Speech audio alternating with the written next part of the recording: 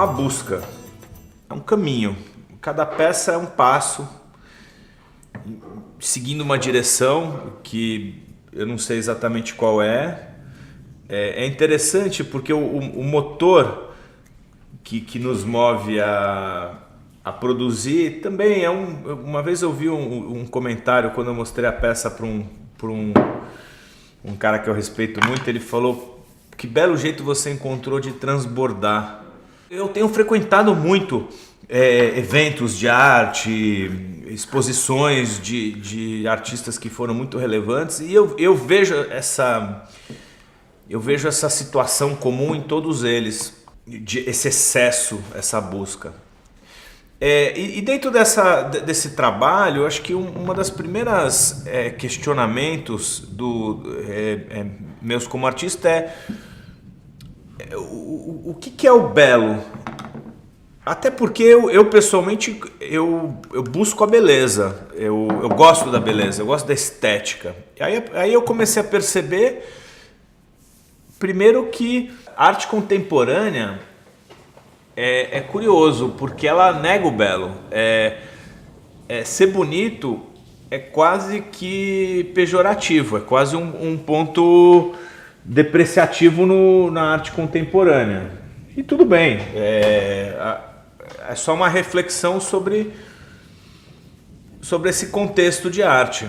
O que eu comecei a perceber, olhando toda a história da arte, todos os artistas, e até tive que racionalizar um pouco em função de estar falando muito para executivos sobre esse prisma do artista. Até foi interessante esse trabalho de ter que expor e racionalizar. E comecei a perceber que o relevante não é ser bonito ou ser feio. Não é isso que vai dar relevo para um artista. Porque o conceito de bonito e feio de algo atual ou de algo inovador, que é o que uma arte se propõe, não existe referência. Geralmente as obras mais expressivas não têm referência, são as obras que estão criando novas percepções, ou seja, ela não existe uma referência. Então o próprio espectador ele tem uma rejeição a tudo que é novo. E é curioso, isso na empresa também.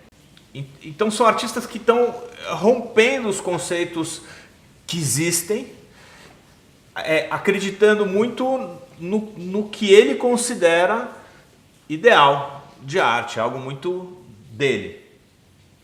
Mas o que eu comecei o que eu reparei é que o que eles têm é identidade. O trabalho deles tem uma identidade. Então, qualquer obra que você veja de um Picasso, de um Anish Kapoor, de uma Beatriz Milhazes, independente de você conhecer ou não a obra, você sabe que é um trabalho dele ou dela. Porque existe uma identidade. Então, o que eu considero importante é a obra ter coerência. É a obra ter a coerência no traço.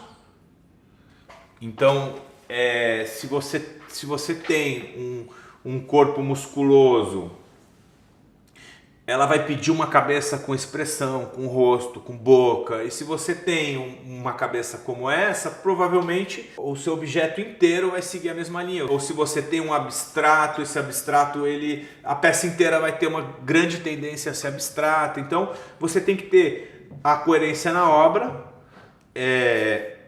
e no conjunto da obra. E a maioria dos artistas tem essa coerência. E eu penso que essa coerência faz todo sentido numa empresa. Então você tem empresa que se posiciona por preço, você tem empresa que se posiciona por diferencial, você tem empresa que muda seu posicionamento de vez em quando, mas quando ela define que o posicionamento dela é nicho de mercado, ela vai se focar nisso e ela vai construir uma linha com esse raciocínio. E o profissional é a mesma coisa. Ele tem que se conhecer para encontrar a sua identidade, sua coerência, como uma obra de arte. Eu estou aqui tentando me conhecer, tentando encontrar o meu melhor, tentando encontrar a minha grande expressão e dar coerência para ela. E eu não vou conseguir fazer isso olhando para o que está no mercado, eu tenho que olhar para dentro. Tá? Então esse é um ponto muito forte que os empresários têm que aprender com os artistas, é se conhecer. Outro ponto que eu acho que foi muito importante na minha experiência como empresário e como artista é que o artista vive uma experiência muito individual. Então o artista ele olha para dentro, é um trabalho totalmente isolado, individual, um trabalho totalmente introspectivo, de busca interior, de autoconhecimento.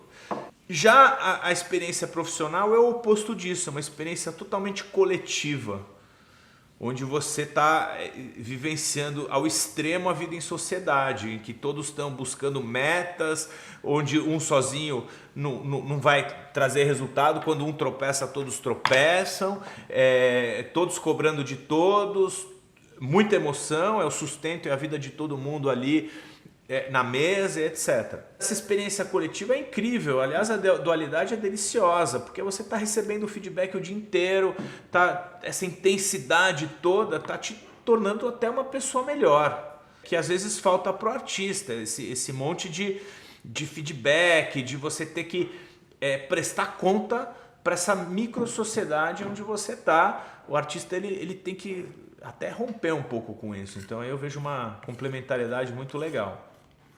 E para o empresário, o que eu digo é que ele tem que se conhecer. O profissional, eu já vi muito profissional patinando porque ele acha que ele é bom em tudo, ou ele acha que é bom em nada. E ele não percebe o que ele é bom, onde ele se encaixa.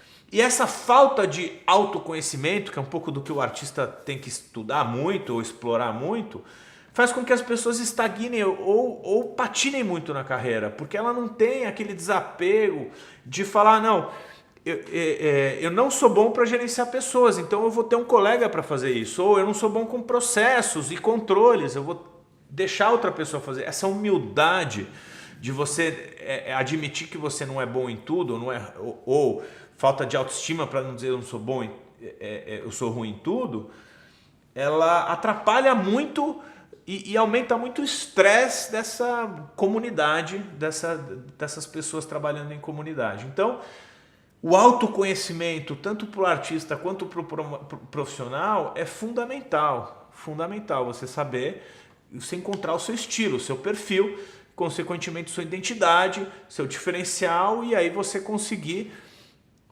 pôr potência no seu trabalho, seja ele de arte, que é o meu caso, seja ele numa empresa. Para você conseguir isso, você tem que ter visão. Você tem que ver, você tem que antever, você tem que estar à frente de alguma coisa que você ainda não concebeu.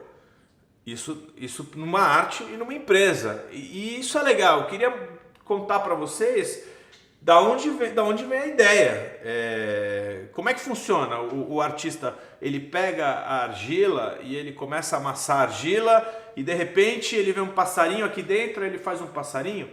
Não é assim. Como é que funciona? A gente concebe a peça na nossa cabeça antes de criar ela. Então, essa peça que eu estou fazendo, eu já antevi ela, eu já visualizei ela na minha cabeça. Então existe uma peça na minha cabeça, existe uma visão na minha cabeça. Isso é importante. O empresário tem que fazer a mesma coisa, o profissional ele tem que vislumbrar para onde ele vai antes de ir. E aí ele tem que questionar se esse caminho é correto. Tem uma energia muito grande em cima disso. E aí o que eu queria dizer é o seguinte, se eu seguir uma visão pouco potente, eu vou gastar 1 ano produzindo uma peça pouco potente. Então eu tento encontrar uma visão muito potente. E aí o que eu vejo? Eu vejo aquela máxima, que acho que é do Thomas Edison, que ele fala assim, que a genialidade é 1% de inspiração e 99% de transpiração. Eu concordo. Só que a gente só ouve essa máxima para dizer assim, você vai ter que suar muito. Não tem moleza, você vai ter que suar. Tudo bem, eu também concordo. Mas o que eu vejo nas empresas? Eu vejo as empresas negligenciando o 1% da inspiração. Então eu vejo as empresas fazendo seus planejamentos estratégicos em que elas estão muito mais preocupadas com os 99% das... Elas passam muito rápido pelas decisões visionárias. E o que eu questiono é, a gente tem que gastar um tempo enorme nessa visão para só então produzir, porque por mais incrível que seja o trabalho, se ele não tiver um bom conteúdo, ou seja, uma boa visão, ele nunca vai ficar profundo e potente. Então, no quesito visão, eu ponho muita energia decidindo se eu vou seguir ou qual das visões eu vou seguir das peças que eu estou imaginando. No caso, a minha visão para essa peça é um passarinho. Tá? Então essa peça aqui vai ser um passarinho dormindo. Essa é a peça que eu concebi, que eu estou criando. Então quando eu aprendi a respeitar as etapas do trabalho e questionar muito a proposta da obra, a visão, a força dela antes de trabalhar ela, ou no momento em que de fato eu consigo interferir na obra com mais desenvoltura, questionar, experimentar e só depois evoluir para o acabamento, para o carinho, para o traço, para a curvinha, para o delicado. A produção ficou muito rápida, eu produzo muito rápido uma peça. Só que por outro lado, eu produzo muito rápido, mas essa maturação de resolver a peça inteira, de entender que a perna vai ser assim, que a mão vai ser assim, que a curva do corpo vai ser essa, que o comprimento da coxa é esse, o comprimento da batata da perna vai ser essa. Essas decisões são muito lentas, então eu inverti o processo, eu gasto muito mais tempo nas grandes decisões, na visão, do que na execução. Então aqui eu estou ainda na visão macro da peça, onde eu ainda tenho desenvoltura para organizar uma barriga, uma curvatura, para onde ele está olhando, e eu passo dias questionando e observando. Acho que esse foi o maior aprendizado na última década de trabalho de escultura. A partir do momento em que eu fiz o macro, que é isso, e às vezes eu levo semanas, mas não é semanas de trabalho direto, é semanas de observação, de experimentação. Às vezes eu pego, tiro esse corpo, guardo ele, produzo outro. Eu estou curtindo essa criação, essas decisões todas, eu estou curtindo a minha visão, é a hora que eu vou definir a peça. A partir do momento que eu cheguei nesse estágio que está aqui, aí eu fico algumas semanas trabalhando para entrar em acabamento, para começar a ir para os detalhes, para as curvas, como esse pé, que já está totalmente resolvido, todas as curvas e todos os detalhes, tá? Então esse é o processo, e a mesma recomendação que eu faço para uma empresa. Põe mais energia no 1% de inspiração, em decisão das grandes visões de projeto, de planejamento estratégico, de onde você vai empreender a sua energia aquele semestre inteiro, se está na direção correta. Porque vai haver 99% de transpiração, mas o grande problema é você ter um esforço de 6 meses numa direção mal definida, onde você gastou pouco numa parte tão singela, tão até rápida, mas você gastou pouca energia ou não energia suficiente em todas as definições da potência do seu projeto, e aí você já começou a correr aqueles 99% de energia, ou seja, você vai gastar 6 meses para conceber sei lá o que, e é algo que não tem potência, que não tem expressão, que não tem assertividade. E aí, então, esse é o trabalho. Depois que eu chego nessa etapa, a peça vem para acabamento. E aí eu começo a parte fina da peça, mas a partir do momento que eu entrei em acabamento, a perna não vai mudar de comprimento, o joelho não vai mudar de direção, a perna não vai para trás, você começa a ficar muito apegado à peça. Então é muito nítido para mim, o que você definiu nas primeiras horas ou nos primeiros momentos do seu planejamento estratégico é o que você vai produzir no seu semestre. Então que você tenha dedicado energia o suficiente. E aqui tem a peça pronta.